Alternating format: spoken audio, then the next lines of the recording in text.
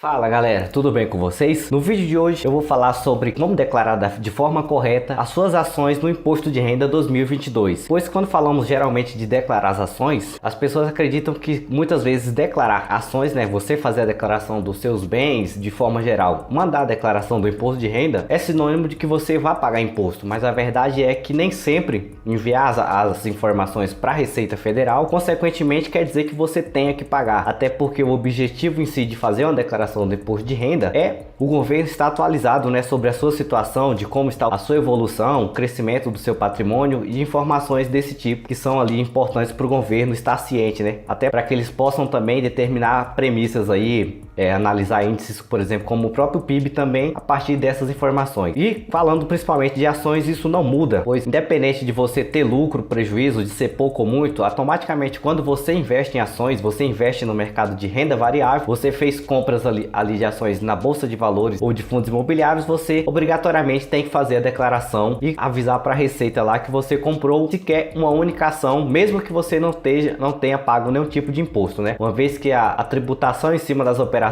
comuns, vamos dizer, de venda de ações ou compra de ações na bolsa de valores, incide apenas para as operações que têm o resultado ali acima de 20 mil reais, a movimentação que você fizer mensalmente. Se você fizer uma venda de 20 mil reais, você ainda está na faixa de isenção. A partir do momento que você tiver um resultado de lucro, por exemplo, acima dos 20 mil reais, então ali aquele valor que você teve de lucro está sujeito à tributação do imposto de renda. E aí eu vou falar um pouco melhor sobre isso ainda no decorrer do vídeo. Vou mostrar onde se declara cada item, como você informa a sua posição atual, onde você declara os seus rendimentos ali, o lucro que você obteve, é claro, falando também do imposto que você vai pagar em cima daquele lucro, sobre os juros de capital próprio e até também sobre aluguéis de ações, como que se declara dependente de cada situação que você se enquadre,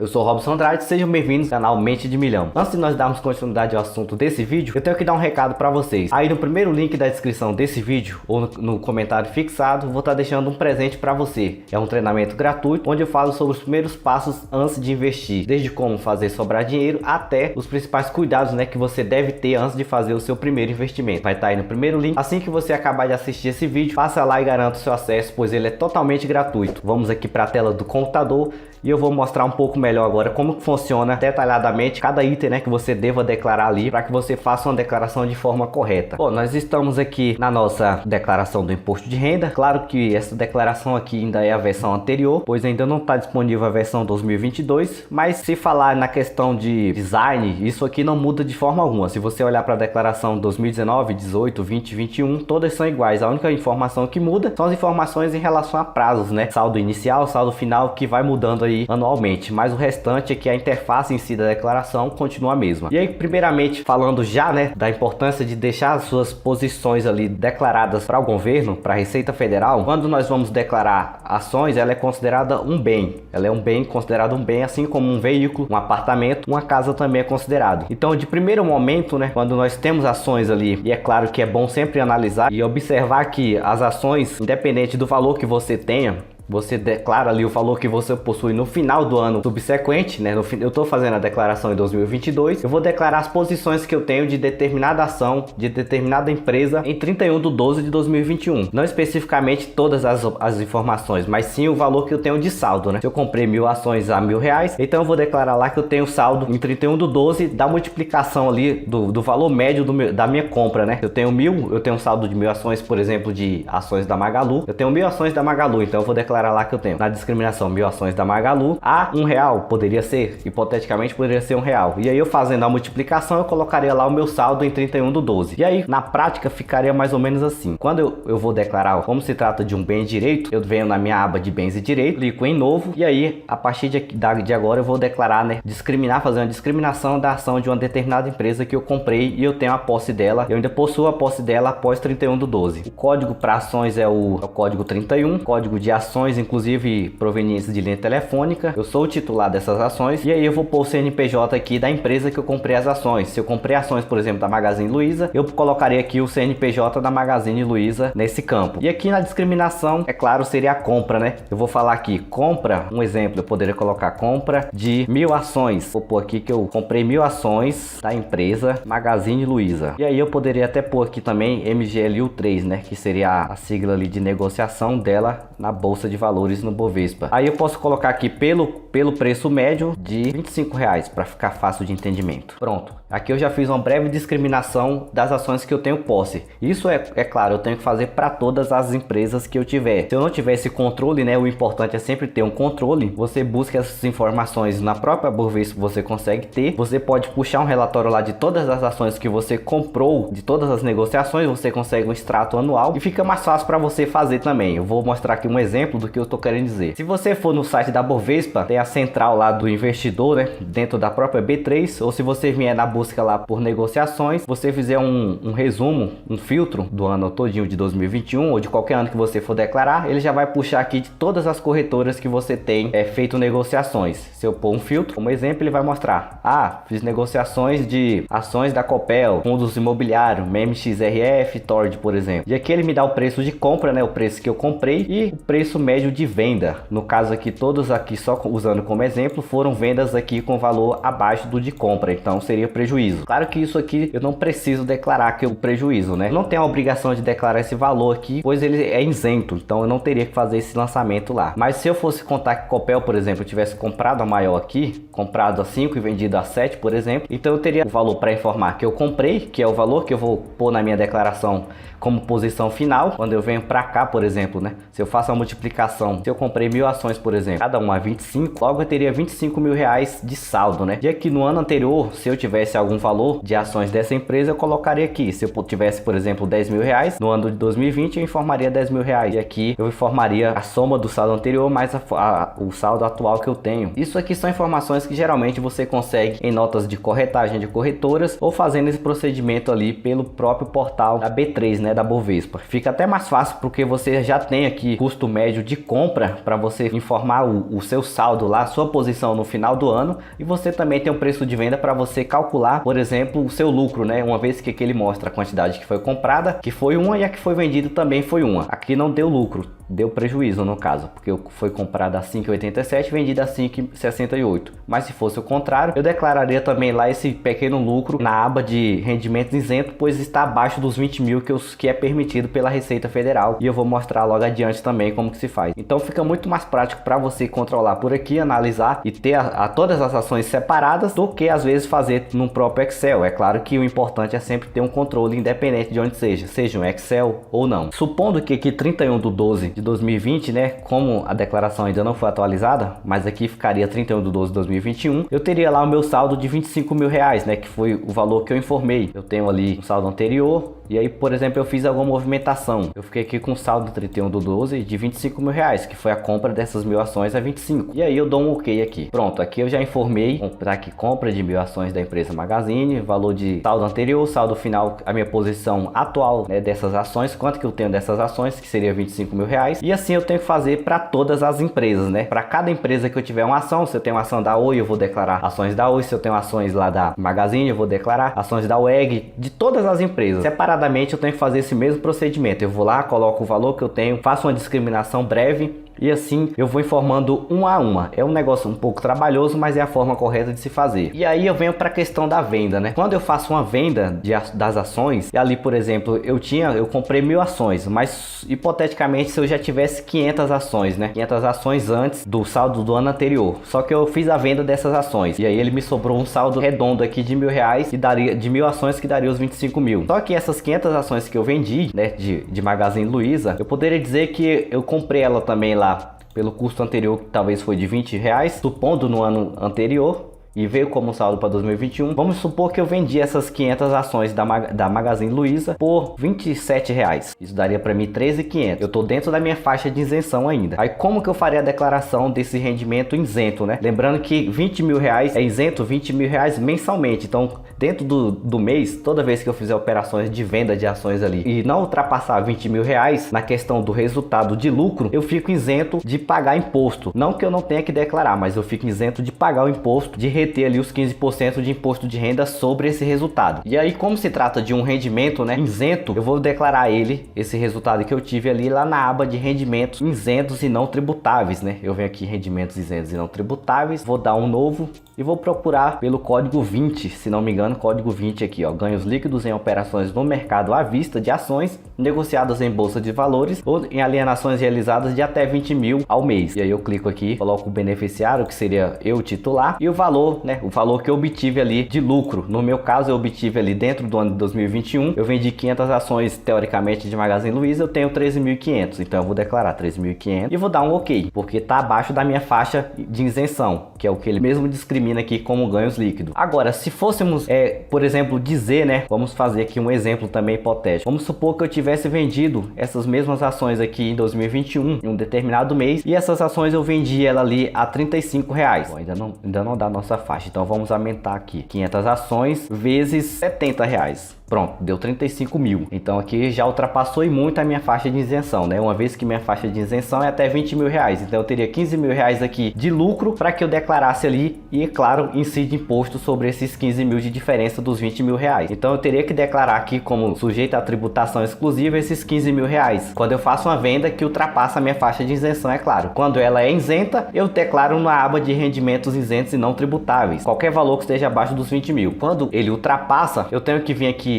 um pouco mais abaixo na minha aba de renda variável e fazer, aqui eu venho no ícone de operações comuns e colocar o valor que eu obtive de lucro ali, né, na minha operação. Lá o exemplo eu estou usando ali que a gente obteve 15 mil reais, então eu vou colocar aqui 15 mil reais em operações comuns. Lembrando que quando se fala em operações comuns, são operações de swing trade, né? São aquelas operações, por exemplo, eu compro ações de uma determinada empresa hoje e eu só vou vender ela daqui a um mês, 2, 3 meses e não no mesmo dia, como é o caso do day trade. As operações de day trade geralmente são operações que o imposto ele deve ser apurado ali todos os dias dentro de cada operação e é um processo um pouco mais complexo que não cabe ao momento de ser informado aqui. Quem sabe eu trago um outro vídeo só falando sobre operações de day trade. E aqui eu uso como exemplo as operações feitas de swing trade, que são as operações de dias diferentes, né? Do dia da compra para o dia da venda, ao contrário do que é um day trade. E aí, supondo aqui que eu teria feito essa venda lá, como eu fiz o exemplo da Magalu, e obtive um lucro acima da minha faixa de isenção de 15 mil reais, teoricamente eu teria que ter apurado esse imposto aí no mês sequente, né? Quando eu tenho um resultado líquido, eu mesmo devo fazer a apuração, gerar um DARF lá no Cicalc Web com código exclusivo de rendimentos aí de renda variável e pagar até o último dia do mês sequente. Se, por exemplo, esses 15 mil eu tive de resultado em janeiro, em fevereiro, até o final de fevereiro, eu deveria ter pago um valor aqui que a própria declaração já me mostra de R$ 2.250 incidentes sobre esse resultado. E aqui mais embaixo, ele também tem um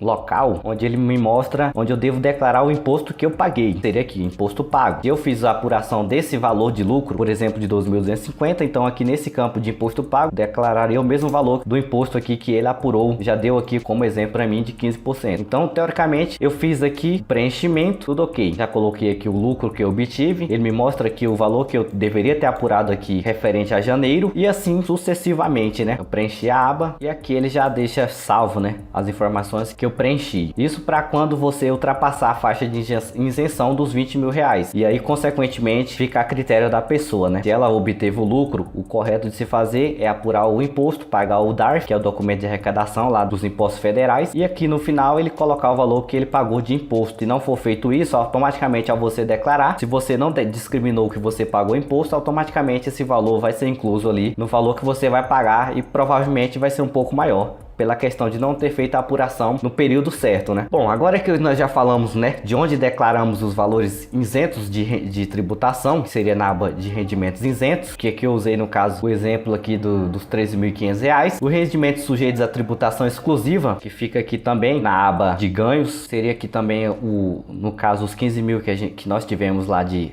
ganhos líquido, né? Ele já até mostra aqui 12.750 líquido, menos o imposto que foi pago. Agora nós vamos ver, né, como que fica a questão dos rendimentos, né? Uma vez que os dividendos também é uma forma de rendimento. diferentemente do que é considerado de valorização. O dividendo e o juros sobre capital próprio são dois tipos de proventos que também devem ser declarados. Claro que para juros de capital próprio, quando a empresa faz o pagamento ali para os seus investidores, ele é tributado exclusivamente na fonte, né? O imposto já é retido na fonte. E já para dividendos, distribuição de lucros, teoricamente, já são isentos. E também tem locais específicos para ser declarado. Primeiramente, os dividendos, né? Como que eu declaro ali o valor total de dividendos que eu possuo de uma determinada empresa? Supondo que a própria Magalu ali tivesse me pagado dividendos, onde que eu declarei esses dividendos? Também faz parte de rendimentos isentos, então eu declararia na mesma aba em onde eu declarei os meus rendimentos isentos ali da venda de ações. A diferença que vai ter é o código, né? Que o código vai mudar. Aqui seria lucros e dividendos recebido, código 9. E aí mais uma vez eu vou pôr o